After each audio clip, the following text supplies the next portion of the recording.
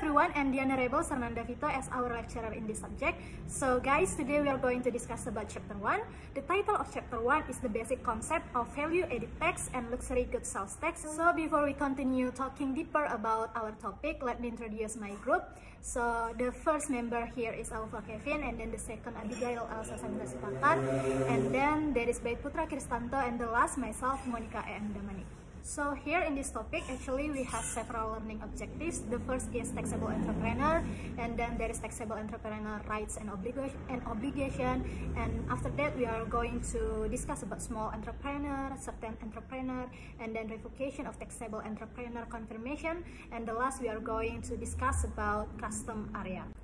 Okay, firstly, let us talking about taxable entrepreneur. So, based on law number 42 of 2009, article 1, verse 40, it is stated that entrepreneur means individual or entity in whatever forms of which during its business activity or its work producing, importing and exporting the goods, performing business trade, utilizing intangible goods from outside of the custom area, performing service includes exporting the service or utilizing the service from outside of the custom area. And then I will explain you about what is the definition of taxable entrepreneur. So here I get the information based on law number 42 of 2009, article 1, verse 15.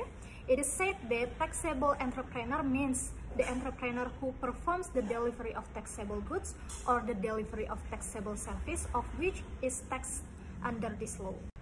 So actually in Indonesia, we usually call taxable entrepreneur as PKP, stand for pengusaha kena pajak. And here, in order to apply as PKP, there are several basic terms. The first is must register and get NPPKP. NPPKP stand for nomor pengukuhan pengusaha kena pajak. And we have to get it if business circulation or our turnover in a year has reached more than 4.8 billion rupiahs. And then for the second requirements, it is companies whose turnover doesn't reach 4.8 billion rupiahs in a year are not required as PKP. It is also commonly referred to as a small entrepreneur. Okay, we jump to the second topic. Now we are talking about taxable entrepreneur rights and obligation. So guys, here entrepreneurs who have been confirmed as PKP will have the following rights. The first is can do input tax credit on the acquisition of PKP or JKP, and the second is can make restitution or compensation for excess VAT that PKP paid. So beside those two rights, the taxable entrepreneur also have some obligation. Here the first is PKP must collect VAT and PPNBM payable, and then the second PKP is also required to deposit the VAT accrued in the event that output tax is greater than the input tax that can be credited. In addition, PKP is also required to deposit PPNBM payable. And the third is PKP is required to report tax calculation into the VAT period SPT. And the last is PKP is also required to issue a tax invoice for each submission of BKP or JKP. So for the last of our second topic, here I will explain you about the advantage that we get if we are being a taxable entrepreneur. So the first, it will be considered to have a good and legal system in the law side, and the second is considered as an orderly company in tax obligation, and the third, the company is considered bona fide and large, and then can conduct transaction with government treasurers, and the last is the pattern of production and investment of entrepreneur will improve because all costs are borne by the final consumer. Okay, everyone, the next topic is about small entrepreneurs. Okay, so first we see what is the definition of small entrepreneurs. According to the regulation of the Minister of Finance number 197 guys meaning PMK.03 guys meeting 2013, small entrepreneurs are entrepreneurs who deliver taxable goods or taxable service with a total gross turnover or gross receipt of no more than 4.8 billion rupiah. Okay, move to the next slide. So how we can categorize that a small entrepreneur is not required to collect for? Okay, in the regulation of the Minister of Finance number 68 guys meaning PMK.03 guys meaning 2010 concerning the limitations of small entrepreneurs. Small entrepreneurs are not required to report their business to be confirmed as a taxable entrepreneur and are not required to collect, deposit, and report outstanding value-added tax and sales tax on luxury goods. If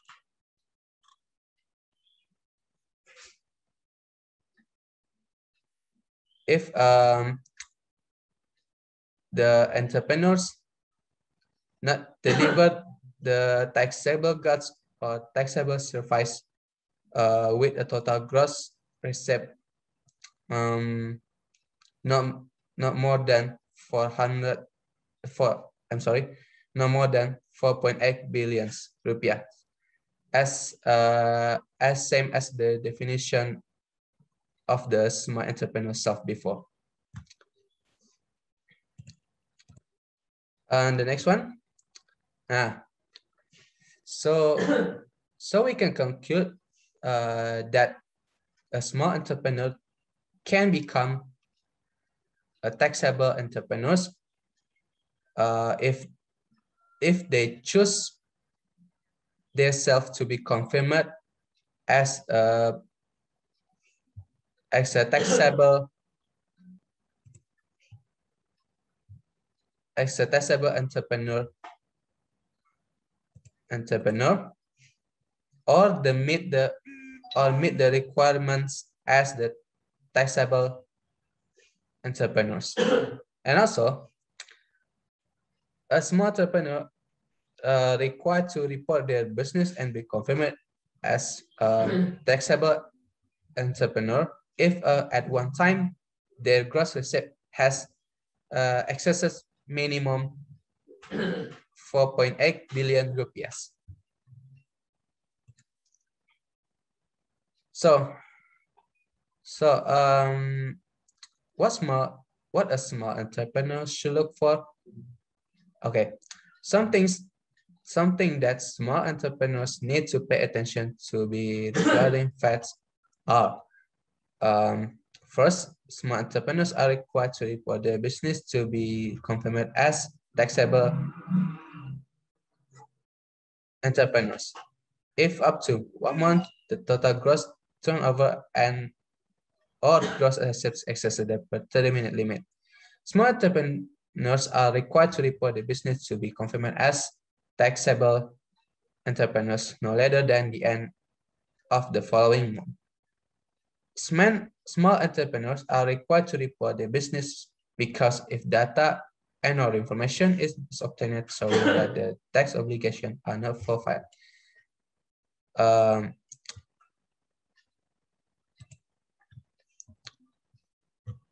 And also, small entrepreneurs who have been confirmed as taxable entrepreneurs are obliged to collect VAT from customers and reporting the VAT period expected every tax period.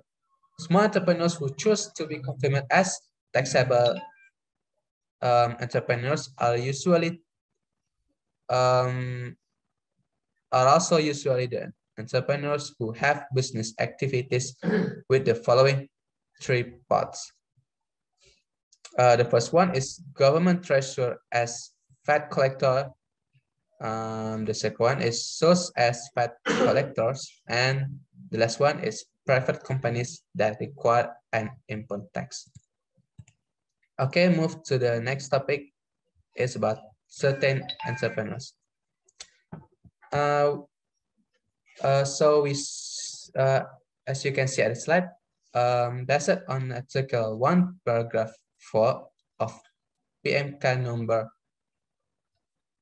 218 guys meaning PMK.03 guys meaning 2018, the personal taxpayer of certain entrepreneurs is an individual taxpayer who carries out trading or service business activities, excluding service in connection with independent work at one time, or more places of business activities that are different from the residence of taxpayer. And for the purpose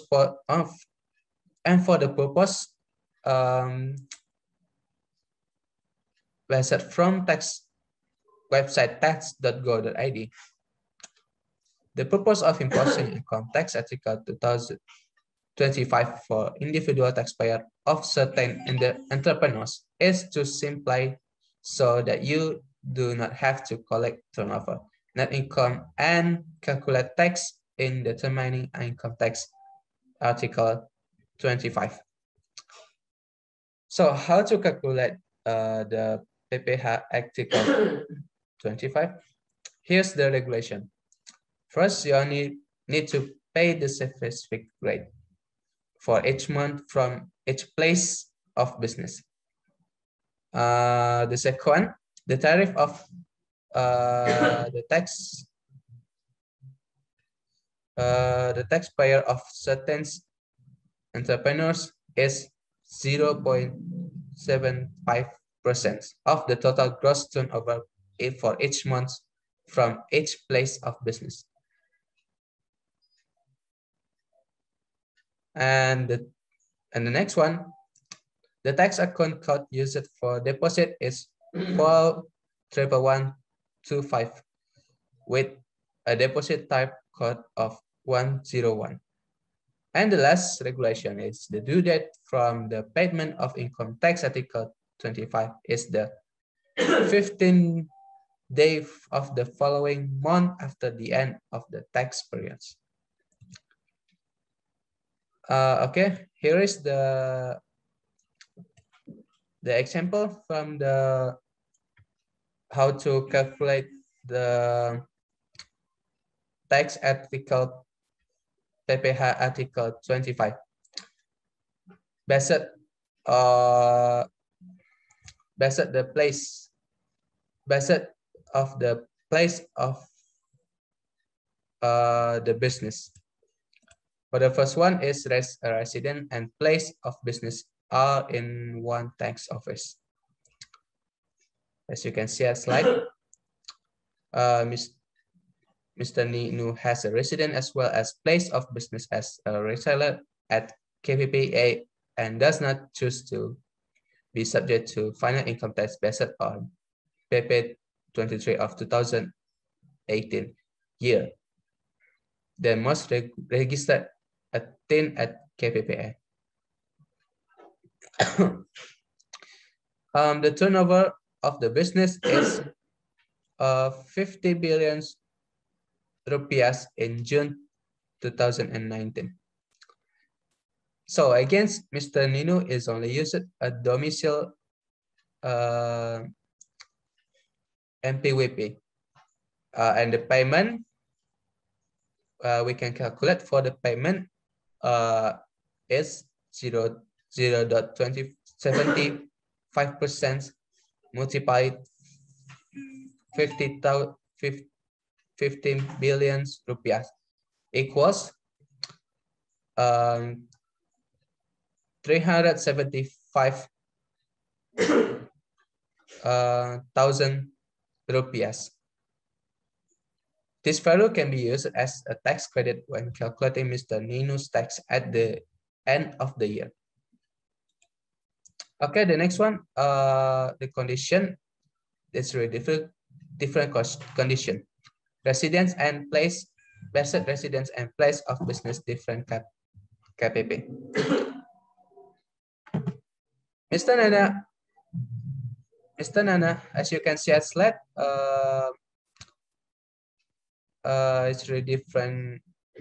Mr. Nana has a resident in the KPP area and a place of business and place of his business as a title in a different KPP area, exactly at KPPB area, and does not choose to be subject to final income tax based on PP 23 on 2018 year. So, Mr. Nana is required to register MPWP at KPPA as the domicile NPWP and also register NPWP at KPPB as branch or location of NPWP. At KPPM, Mr. Nana does not have an Article 25 income tax obligation, while at the KPPB, he has a same obligation. Business turnover of Mr. Nana in the KPPB area is 100 million rupiah. So for the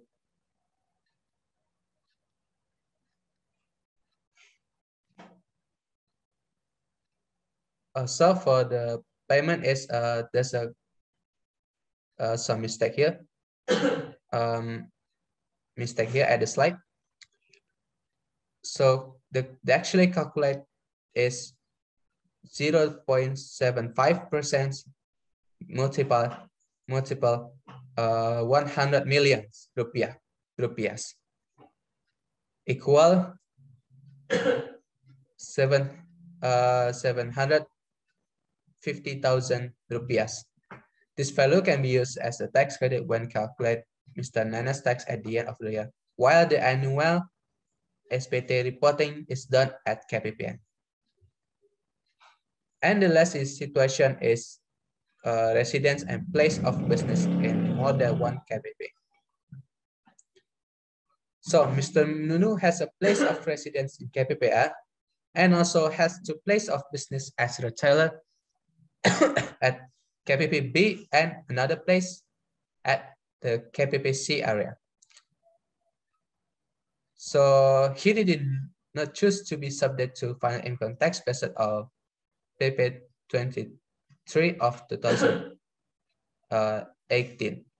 So at a KPPM, Mr. Nino is used a domicile NPWP. There is no income tax obligation when in KPPB.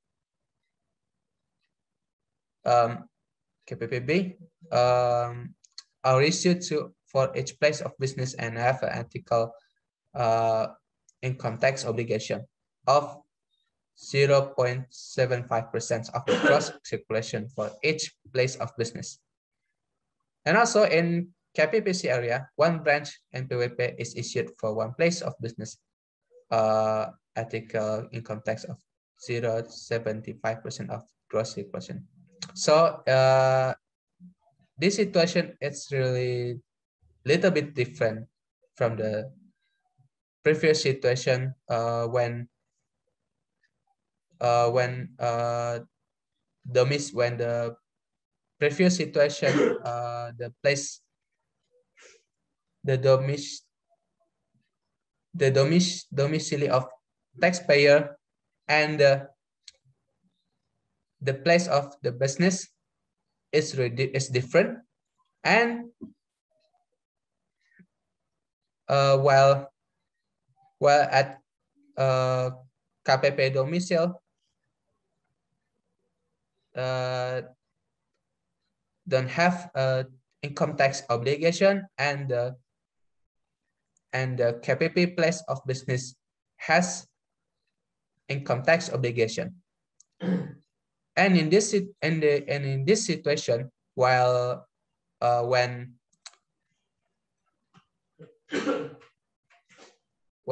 KPP domicile taxpayer is different,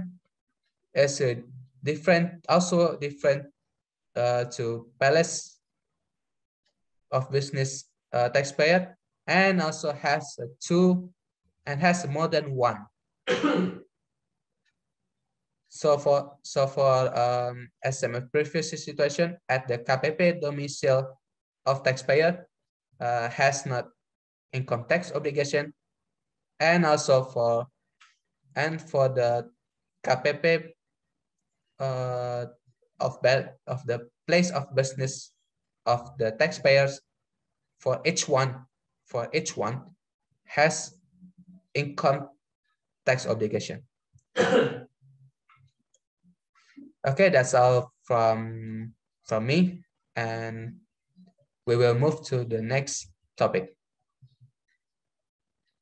Hello everyone, my name is Abigail Elsa Samita Istakar, and now the presentation will be continued by me. I will explain about the revocation of taxable entrepreneur. The regulation of the Director General of Taxes, number PER strip 02 PJ 2018, concerning revocation of inauguration of taxable entrepreneur, state that companies with a turnover or revenue of more than 4.8 billion per year are required to confirm as a taxable entrepreneur or PKP, or pengusaha kena pajak.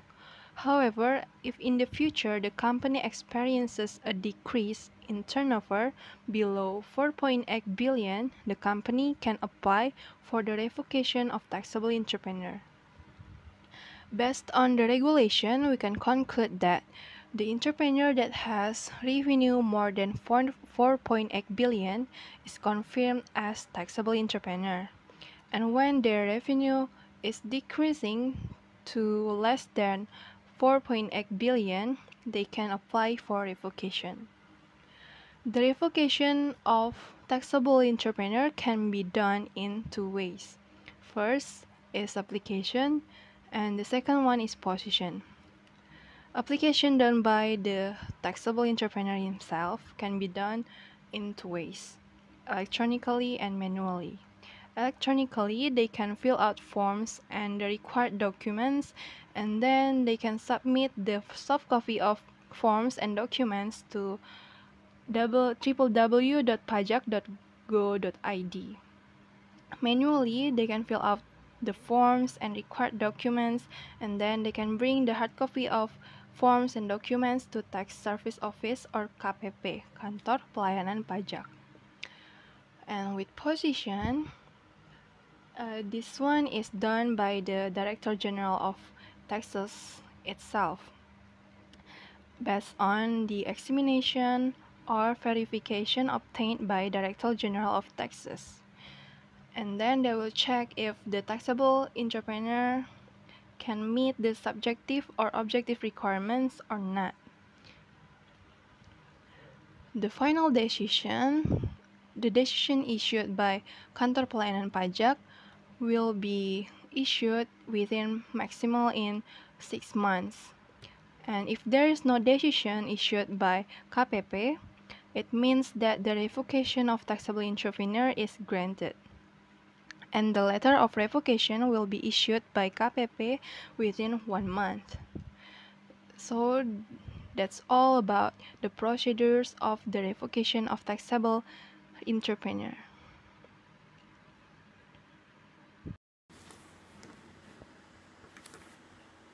Okay, hello everyone, and we are going to talk about value-added tax within the Indonesian customs area.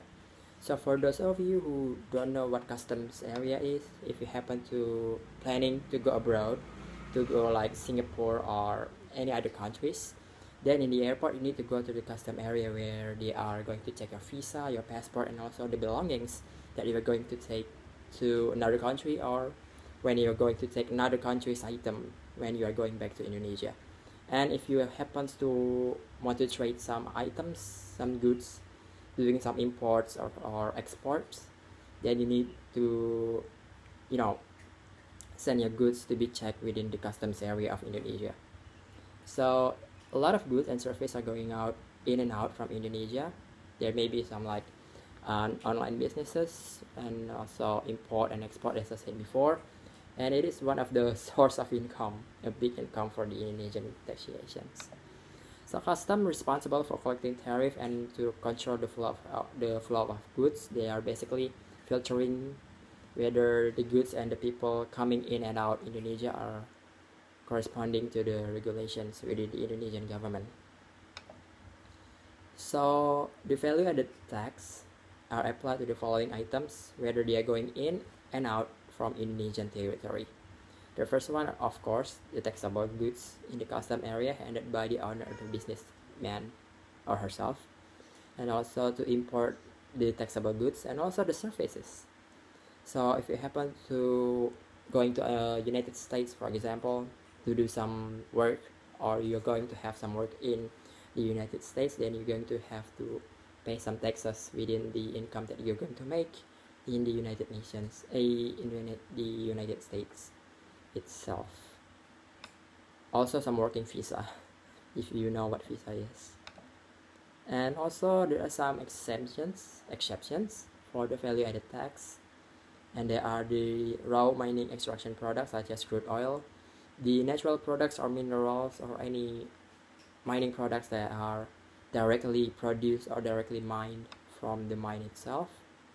And also we have some daily goods of the daily basic needs, such as the rice, corn, soybeans, salt, and many other stuff, food that we need to process first. And also we have some currencies, gold and insecurities, that are not applied to the value-added tax. Also for some services, we have a lot of services. It's basically the service that is not really into a business type of service, such as like medical service. Medical service actually is business service, but I guess since a lot of people require a medical service, therefore the value-added tax are not included. Also for social services, mailing, financial, insurance, religious, educational, cultural, and many other stuff. Basically any non-business services.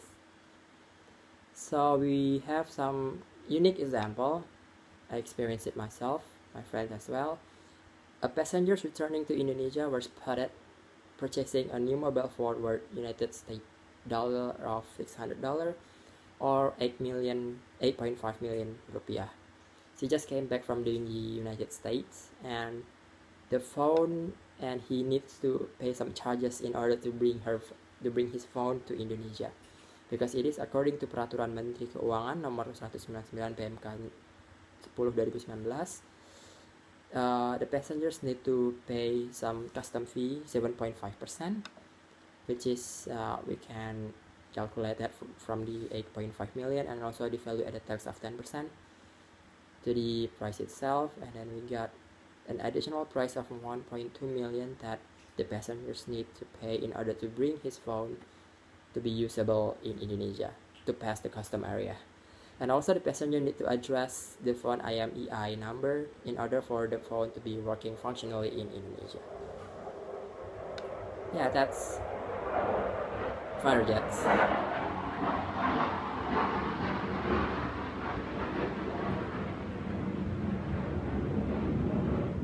Yeah, so that's quite a brief of what the value-added tax are happening in the custom area. Therefore, if you want to go abroad, please make sure that you have the goods checked within the custom area, and to avoid all the additional costs of tax that you need to pay within the custom area. I think that's all.